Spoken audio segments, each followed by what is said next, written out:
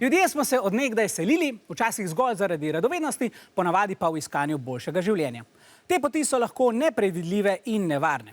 Tako je tudi v knjigi Pot čez morje, ki sta jo v prebranih celicah preplavala Tristan in Rok.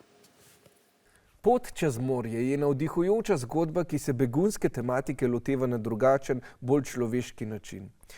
Glavni lik pa je star italijanski ribič Ezekiele. Tristan, kaj ti je bilo pri njem najbolj všeč? Všeč mi je bilo, da si je zadal nek cilj in potem ni obupal, dokler ni tega cilja dosegal. Ja, res zanimiv lik.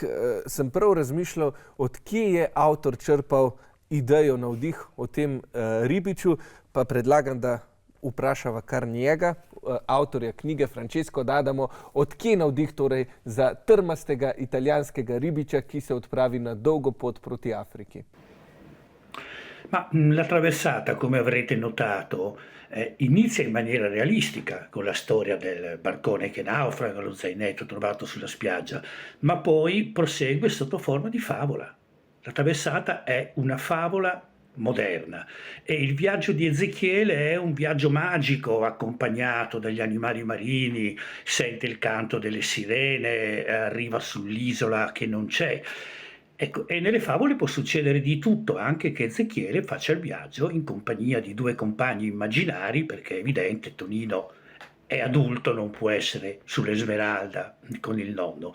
Ma questo viaggio del vecchio pescatore che attraversa il Mediterraneo per andare a cercare una donna che non conosce, non sa nemmeno dove viva, sembra una favola, specialmente in questo mondo, dicevo, che sembra sempre più cinico e indifferente, e quindi come una favola io ho deciso di raccontarvela.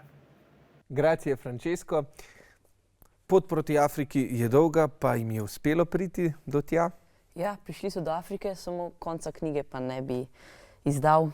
Naj si gledalci kar sami preberejo, ne bomo izdajali nobene skrivnosti. Tristan, tudi ti kdaj zapluješ z ladjico? Ja. Kdaj nazadnje? Te poletne počitnice iz Danske na Poljske. Pa je bila vožnja bolj mirna kot Ezekielova? Je bila, ker sem jo prespal.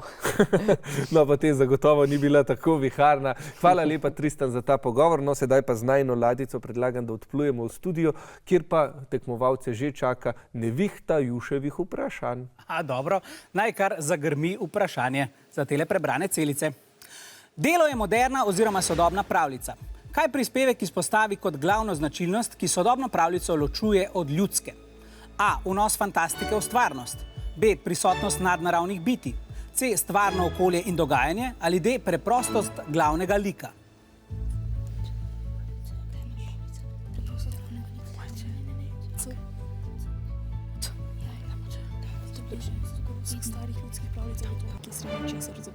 Izbrali ste dvakrat odgovor C, stvarno okolje in dogajanje. Ja, je pa takole, no. V ljudski pravljici je dogajanje izrazito enodimenzionalno in predstavljen je zgolj doživljajski svet, medtem ko je za sodobne pravljice značilno izrazito prepletanje stvarnega in fantazijskega sveta.